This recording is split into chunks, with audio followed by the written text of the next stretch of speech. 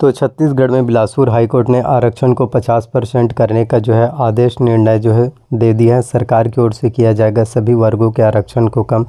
SC, ST, OBC को अब कितने प्रतिशत आरक्षण मिलेगा। छात्रों के लिए सबसे बुरी खबर इस वक्त की बैड न्यूज़ अपडेट निकल कर आ रहा है। जी हाँ, आपको मैं बताना चाहता हूँ कि बिलासपुर हाईकोर्ट ने 50% आरक्षण पर अपना फैसला सुना दिया है और 50% आरक्षण पर महत्वपूर्ण फैसला निकल कर आ चुका है। तो अब किस तरीके से होने वाला है, जो उनको आरक्षण का लाभ मिल चुका है अब उनके कितने परसेंट आरक्षण को कम किया जाएगा, जिसमें आपको बताना चाहता हूँ 76% आरक्षण।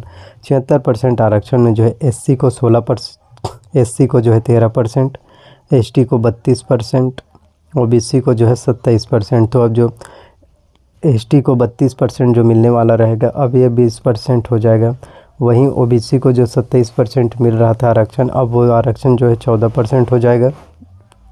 वहीं एससी को 13% आरक्षण मिल रहा था, अब वो आरक्षण बढ़कर आपका सीधा 16% हो जाएगा। इसी तरीके से आपका अब होने वाला। तो सरकार की ओर से सभी वर्गों के आरक्षण को फिर से कम किया जाएगा। देखिए, सरकार की मंशा नहीं है सभी के आरक्षण को कम करना, वो तो चाहता ही कि 76% ही आरक्षण लागू हो पाए, लेकिन किसी भी तरह से राज्यपाल के द्वारा हस्ताक्षर नहीं किया जा रहा, दस्तखत नहीं किया जा रहा है, जिसके वजह से ये सभी चीज़ें हो रहा है। वरना ये छत्तीसगढ़ में कब का मामला क्लियर हो गया होता और कब का 76% आरक्षण लागू हो गया होता। तो आरक्षण मामले में क्या कुछ अपडेट्स मैं आपको बताता हूँ, ताकि आपको और बेहतर समझ में आ सके। क्योंकि 4 आरक्षण छत्तीसगढ़ में चल रहा था, एक 50%, फिर 58, 58, 50% के बाद 58%, 58% आरक्षण के बाद 72%, 72% आरक्षण के बाद आपका 76%। तो ये किस तरीके से मैं आपको बताता हूँ। राज्यपाल से सरकार ने मांग लिए 10 सवालों के जवाब, सीएम का पलटवार।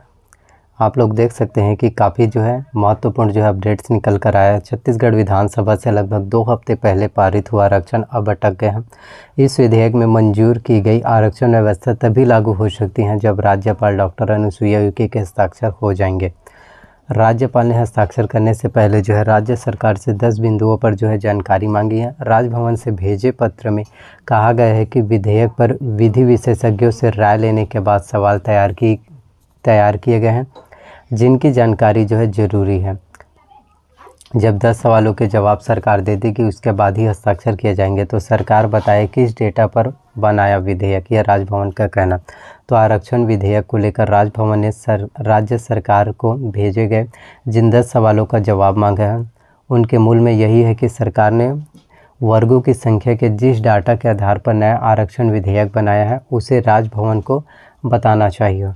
अगर सरकार ने जातियों को लेकर कोई सर्वे किया था तो इसकी जानकारी भी देनी चाहिए, जबकि कोई भी सर्वे उस टाइम नहीं किया गया था। तो इस सवाल का जवाब भी आना चाहिए कि हाई कोर्ट से 58% आरक्षण रद्द होने के बाद 2.5 महीने में ऐसी क्या विशेष परिस्थिति बन गई कि 76% आरक्षण देना पड़ रहा है। ये राजभवन का साफ तौर पर कहना है और इसी वजह से वो हस्ताक्षर नहीं कर रहे हैं और इसी वजह से अभी तक आरक्षण संशोधन विधेयक भी राजभवन में अटका है। राजभवन सचिवालय ने शासन को भेजे पत्र में कहा है कि इन सवालों के जवाब जल्द से जल्द दिए जाए। जब पूर्व राज्यपाल डॉक्टर अनुसुईया उइके ने पत्र की पुष्टि की है, उन्होंने कहा है कि विधेयक के मसौदे पर विधि विशेषज्ञों से चर्चा के बाद 10 सवाल तैयार किए गए हैं। सरकार से इन्हीं का जवाब मांगा गया है। इसके पीछे कोशिश यही है कि अब जो भी नया विधेयक बने उसे कोर्ट में कोई चैलेंज न कर पाए। आपको बताना चाहता हूँ, एक बार कहीं अगर ये 9वीं अनुसूची में शामिल हो जाएगा तब आप इसे कोर्ट में याचिकाओं के जरिए किसी भी तरह से चैलेंज नहीं कर सकते। एक बार ये आरक्षण लागू हो जाएगा तो हो जाएगा। जैसे अगर एससी को इसमें 13% मिलेगा, फिर आप कुछ भी नहीं कर पाएंगे, क्योंकि पहले एससी को 16% आरक्षण मिलता था। तो प्रदेश के लोगों को ये सभी वार पलटवार देखने को मिल रहा है। उधर बुधवार को दोपहर सीएम भूपेश बघेल ने मीडिया से कहा कि राज्यपाल आरक्षण विधेयक पर तुरंत हस्ताक्षर करने की बात कर रही थी, लेकिन अब किंतु परंतु लगा रही है। इसका मतलब ये है कि वह तो चाहती थी पहले सिग्नेचर करना, लेकिन राज्यपाल आदिवासी महिला हैं, लेकिन फिर भी भाजपा के दबाव में आकर वो हस्ताक्षर नहीं कर रहे हैं। उन्होंने कहा है कि भाजपा ने प्रदेश के लोगों का मजाक बनाकर रख दिया है। राज्यपाल जब तक विधेयक पर हस्ताक्षर नहीं करेगी जब तक वह सरकार को वापस नहीं मिलेगा इस पर काम शुरू नहीं कर सकते। और 70 से 80 दिन का समय जो है बीत चुका है, लगभग अब 5 महीने का समय जो है होने वाला है, लेकिन अभी भी मामला जो है राजभवन में अटका हुआ है, जिसको लेकर सभी स्टूडेंट बहुत ज़्यादा परेशान हैं, क्योंकि भर्तियां किसी भी परिस्थितियों में भी नहीं आ पा रहे हैं। तो आने वाले समय में भी ये सभी चीज़ें चलता रहेगा जब तक कि आरक्षण लागू सही सिरे से नहीं हो पाएगा। पहले शुरुआत में जो है 50%, फिर 58%, फिर 72%, फिर 76%, लेकिन अभी तक जो है किसी भी राज्य में, भारत के किसी भी राज्य में इतने 76% आरक्षण जो है लागू नहीं है। केवल झारखंड में था 77% आरक्षण, जो विधानसभा के विशेष सत्र में वहाँ पर भी पारित किया गया था, लेकिन 77% आरक्षण को जो है झारखंड में आरक्षण को निरस्त कर दिया गया, रद्द कर दिया गया, और वहाँ भी सिर्फ 50% आरक्षण लागू है। जब संविधान बोलता है कि 50% ही आरक्षण जो है होना चाहिए, तो ये सब चीज़ें क्यों? आखिर 76% आरक्षण देने की क्या व्यवस्था बनी कि 2.5 महीने में जब आरक्षण जो है रद्द होने के बाद जारी करना पड़ा? यही राजभवन का सबसे मुख्य तौर पर यही कहना है। वो समझ नहीं पा रहे कि सरकार की ऐसी क्या मंशा थी कि 2.5 महीने में ही 76% आरक्षण देना पड़े। जब 58% को बिलासपुर हाई कोर्ट ने रद्द कर दिया, उन्हें भी पता है कि ये गैर असंवैधानिक है, और गैर असंवैधानिक आरक्षण जो है किसी भी तरह से लागू नहीं हो पाएगा।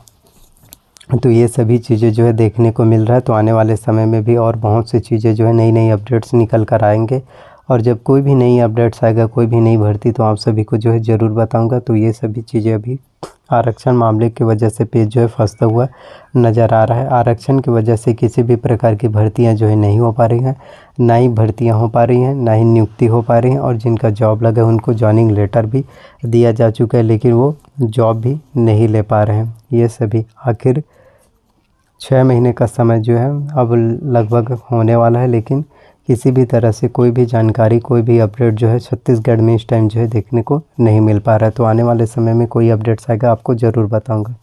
तो चैनल पर अगर आप नए हैं तो चैनल को सब्सक्राइब कर लेना, साथ में बेल नोटिफिकेशंस को भी ऑन करके रख लीजिए, एंड वीडियोज़ को शेयर कीजिए। तो इसी तरह से नए नए वीडियोज़, नए नए भर्ती परीक्षा से रिलेटेड आप सभी को मेरे चैनल्स पर जो वीडियोज़ मिलते रहेंगे।